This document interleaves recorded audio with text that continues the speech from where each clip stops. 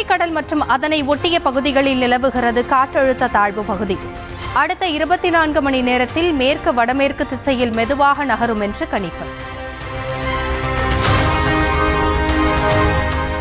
22ஆம் தேதி வாக்கில் தென்கிழக்கு வங்கக்கடலில் புதிய காற்றழுத்த தாழ்வு பகுதி உருவாக வாய்ப்பு.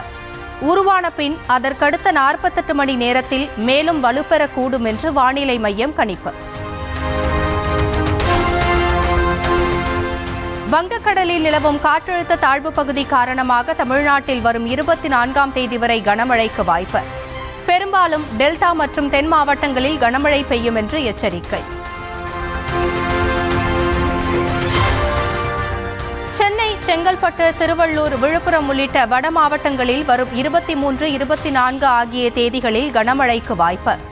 கடலோர தமிழகத்தில் பெரும்பாலான இடங்களிலும் உள் தமிழகத்தில் ஓரிரு இடங்களிலும் மிதமான மழை பெய்யக்கூடும்.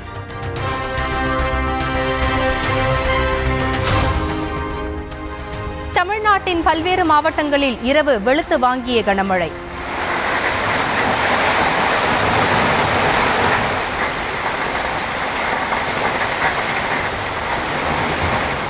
வடகிழக்கு பருவமழை மீண்டும் தீவிரமடைவதால் மக்களின் இயல்பு வாழ்க்கை பாதிப்பு.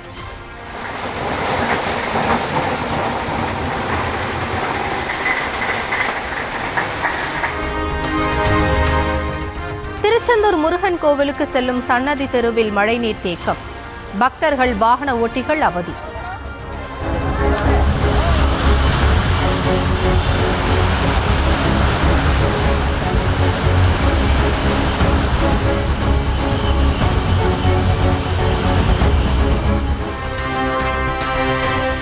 திருநெல்வேலி மாவட்டம் திசையன் விளையில் கனமழை காரணமாக குளம் போல் மாறிய சாலை.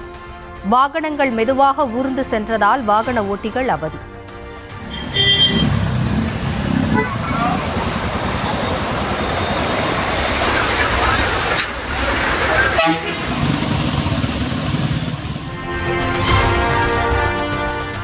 தென்னிந்திய இயற்கை வேளாண் மாநாட்டை தொடங்கி வைப்பதற்காக இன்று கோவை வருகிறார் பிரதமர் மோடி. பிரதமரின் வருகையை முன்னிட்டு கோவை முழுவதும் 3000த்திற்கும் மேற்பட்ட போலீசார் குவிக்கப்பட்டு பலத்த பாதுகாப்பு.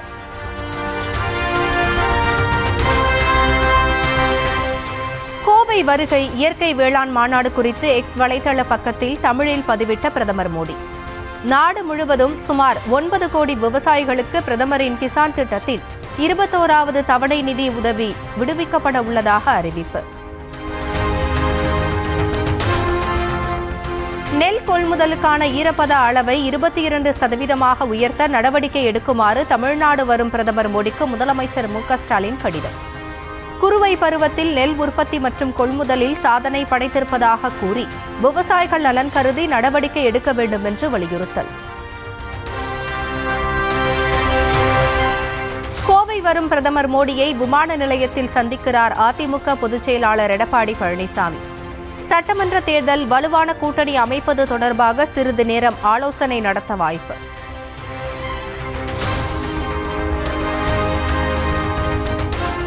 தமிழ்நாடு வரும் பிரதமர் மோடியை சந்திக்க வாய்ப்பு இருக்கிறதா என்று செய்தியாளர்கள் கேள்வி.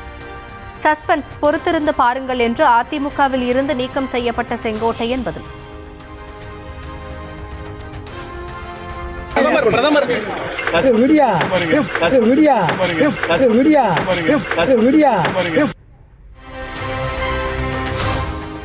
ஆட்சியில் பங்கு, அதிகாரத்தில் பங்கு என்ற கொள்கையை கைவிடவில்லை என்று விடுதலை சிறுத்தைகள் கட்சித் தலைவர் திருமாவளவன் உறுதி. 2026 தேர்தலில் ஆட்சி அதிகாரத்தில் பங்கு என்ற நிபந்தனையை திமுகவிடம் வைக்கவில்லை எனவும் பேட்டி. 2026 தேர்தலில் அது எங்களுடைய கோரிக்கையாக இருக்காது. அந்த கோரிக்கையை அதை இப்போது நாங்கள் வலியுற மாட்டோம். இல்ல அந்த கோரிக்கை, அதாவது அந்த கருத்தை நாங்கள் கைவிடல. இந்த கோரிக்கையை 2026 தேர்தலில் நாங்கள் வைக்கிறோங்கிறது ஒரு பொதுவான புரிதல். கலகலப்பாக இருக்கும் அதிமுகவில் எந்த சலசலப்பும் இல்லை என்று முன்னாள் அமைச்சர் ராஜேந்திர பாலாஜி கலகல பேட்டி. பிரச்சனைக்குரியவர்களை மீண்டும் கட்சியில் சேர்த்து பிரச்சனையை பெரிதாக்க இபிஎஸ் விரும்ப மாட்டார் என்று அதிமுக ஒருங்கிணைப்பு குறித்து திட்டவட்டம். அண்ணாவிலிருந்து பல கட்டங்களில் பல பேர் போயிருப்பாங்க, பல பேர் நீக்கப்பட்டிருப்பாங்க. இதெல்லாம் சேர்க்கறது அது கட்சியினுடைய தலைமை எடுக்கின்ற முடிவு. அவருடைய நடவடிக்கைகள் சரியாக இருந்தால், இவர்கள் சேர்த்தால் கட்சிக்குள் பிரச்சனை இல்லை என்று தெரிந்தால் எங்களுடைய பொதுச் எடப்பாடி நடவடிக்கை எடுப்பார். பிரச்சனைக்குரியவர்களை மீண்டும் மீண்டும் சேர்த்து மீண்டும் ஒரு பிரச்சனை கிளப்புவதற்கு எங்களுடைய பொதுச் செயலாளர் சம்மதிக்க மாட்டார். தாவேகவினர் விரும்பினால் தேர்தல் கூட்டணி குறித்து பேச்சுவார்த்தை. அதிமுக முன்னாள் அமைச்சர் ராஜேந்திர பாலாஜி மீண்டும் அழைப்பு. அவர்கள் விரும்பினால் எங்களுடைய பொதுச் செயலாளர் பேசுவார். திமுகவை எதிர்க்கின்ற சக்திகளை, திமுகவை ஆட்சியை விட்டு விரட்ட நினைக்கின்ற சக்திகளை அத்தனையும் ஒன்றிணைக்கின்ற பணியை எங்களுடைய பொதுச் செயலாளர் எடப்பாடியார் தான் செய்வார். வைகோ குடும்பத்திற்கு செங்கல்பட்டு மாவட்டத்தில் மட்டும் 250 கோடி ரூபாய்க்கு சொத்து இருப்பதாக மல்லை சத்யா கூறியது ஜமுக்காலத்தில் வடிகட்டிய பொய். நரி ஊளையிடுவதற்கு எல்லாம் பதில் கூற முடியாது என்று மதிமுக பொதுச் செயலாளர் வைகோ சாடல். ஜமுக்காலத்திலே வடிகட்டிய பொய்களை சொல்லி இந்த பழிதூற்றுவதன் மூலம், இந்த ஏசல் மொழிகளை வீசுவதன் மூலம் எங்களுடைய பயணத்தையோ எங்களையோ கொச்சைப்படுத்த முடியாது. நான் புனிதமான இலக்கை நோக்கி போய்கொண்டே இருக்கிறேன். அப்படி போய்கொண்டே இருக்கிற போது பக்கத்திலே இருந்து ஒரு நரி பலமாக ஊளையிடுகிறது. நான் உடனே நின்று என் பயணத்தை நிறுத்திவிட்டு, யார் என்று நினைத்தாய், நான் அவனாக்கும் இவனாக்கும் என்று அந்த ஊளையிடும் நரியிடம் போய் சொல்வது எவ்வளவு பைத்தியக்காரத்தனமோ, அதை போல இப்படிப்பட்ட நபர்களுக்கு பதில் சொல்வதும் அதை போன்றதுதான் என்று என் கருத்தை பதிவு செய்கிறேன். திமுக உடனான கூட்டணி குறித்து புரியாமல் திரித்து பேசுகிறார்கள். மக்கள் நீதி மய்யம் கட்சித் தலைவர் கமல்ஹாசன் ஆதங்கம். எதுக்காக நீங்க டிஎம்கேவோட போய் சேர்ந்தீங்க? நீங்க தான் ரிமோட் கண்ட்ரோல் தான் தூக்கி போட்டீங்களே டெலிவிஷன் மேல. ஏன் நீங்க மறுபடியும் அங்க போனீங்கன்னா ரிமோட்டை தூக்கி போட்டேன். அதான் சொன்னேன், விமர்சிக்க உரிமை ஜனநாயகத்துக்கு உண்டு. அலையன்ஸ் புரிஞ்சுக்கங்க, புரியலன்னா சும்மா.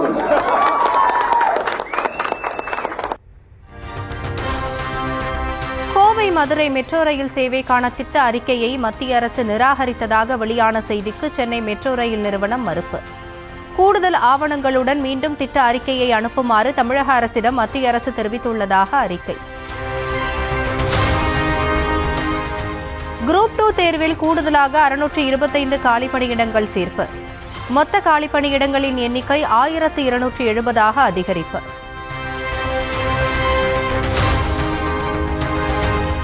ஆம்ஸ்ட்ராங் கொலை வழக்கு விசாரணையை சிபிஐக்கு மாற்றிய உத்தரவுக்கு எதிராக மீண்டும் தமிழக அரசு முறையீடு. சிபிஐ விசாரணைக்கு தடை விதிக்க மறுத்த உத்தரவை வாபஸ் பெற வேண்டும் என்று இடையீட்டு மனு தாக்கல்.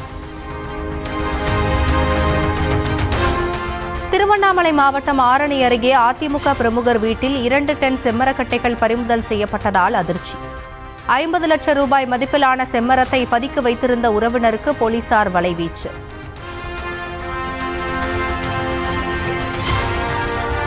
தூத்துக்குடி மாவட்டம் விளாத்திக்குளத்தில் 12ஆம் வகுப்பு மாணவிகளுக்கு பாலியல் தொல்லை கொடுத்த புகாரில் இயற்பியல் ஆசிரியர் சஸ்பெண்ட். புகாரை உதாசீனப்படுத்திய தலைமை ஆசிரியையும் சஸ்பெண்ட் செய்து கல்வித்துறை நடவடிக்கை. ராஜபாளையம் அருகே கோவில் காவலாளிகள் கொலை வழக்கில் மேலும் ஒருவர் கைது. ரயில் நிலையத்தில் சுற்றித் திரிந்தவரை சுற்றி வளைத்து பிடித்த தனிப்படை போலீசார். நாமக்கல்லில் முட்டை கொள்முதல் விலை புதிய உச்சமாக 6 ரூபாய் 5 காசுகளாக நிர்ணயம்.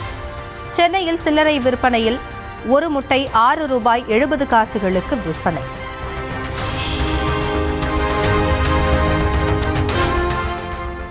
பத்தாவது முறையாக பீகார் முதலமைச்சராக நாளை பதவியேற்கிறார் நிதிஷ்குமார்.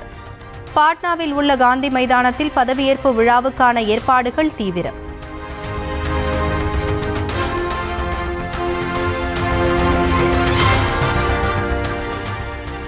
பீகார் சபாநாயகர் பதவி தொடர்பாக பாஜக ஐக்கிய ஜனதா தளம் இடையே சமரசம் ஏற்பட்டுவிட்டதாக தகவல். உள்துறையை தக்க வைப்பதில் மட்டும் ஐக்கிய ஜனதா தளம் விடாப்பிடியாக உள்ளதால் நீடிக்கும் பேச்சுவார்த்தை. பீகார் பெண்கள் 1.5 கோடி பேருக்கு தலா 3 லட்சம் ரூபாய் வழங்கும் வாக்குறுதியை நிறைவேற்றினால் அரசியல் மட்டுமல்லாது பீகாரை விட்டும் வெளியேறுவேன். பீகாரில் மீண்டும் முதலமைச்சராகும் நிதிஷ்குமாருக்கு தேர்தலில் படுதோல்வியடைந்த பிரசாந்த் கிஷோர் சவால். மேலும் 200 இந்தியர்களை நாடு கடத்தியது அமெரிக்கா. மகாராஷ்டிர முன்னாள் அமைச்சர் பாபா சித்திக் கொலை வழக்கில் தேடப்படும் ரவுடி லாரன்ஸ் பிஷ்னோயின் சகோதரன் அன்மோல் பிஷ்னோய் இந்தியாவுக்கு கடத்தல். நாட்டில் குழந்தைகள் காணாமல் போகும் விவகாரம் குறித்து உச்சநீதிமன்றம் மிகவும் கவலை. குழந்தைகள் மாயமானது தொடர்பான வழக்கை விசாரிக்க வரும் 9ஆம் தேதிக்குள் நோடல் அலுவலர்களை நியமிக்குமாறு மத்திய அரசுக்கு உத்தரவு.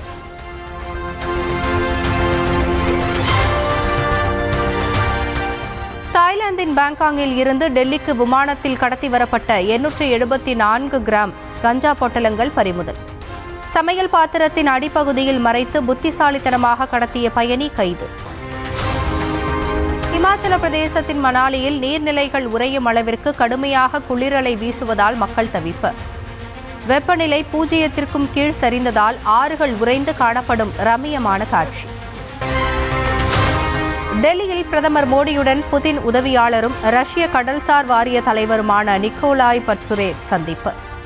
ரஷ்ய அதிபர் புதின் அடுத்த மாதம் இந்தியா வரும் நிலையில் முக்கிய ஆலோசனை.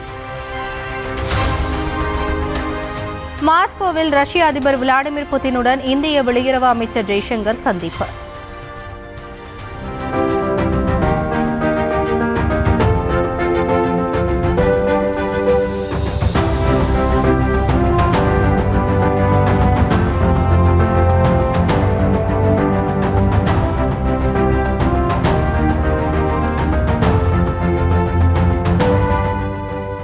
இந்திய ரஷ்ய உறவை மேலும் மேம்படுத்துவதில் புதினின் கண்ணோட்டங்களுக்கும் வழிகாட்டுதலுக்கும் மிகுந்த மதிப்பளிப்பதாக எக்ஸ் பக்கத்தில் பதிவு.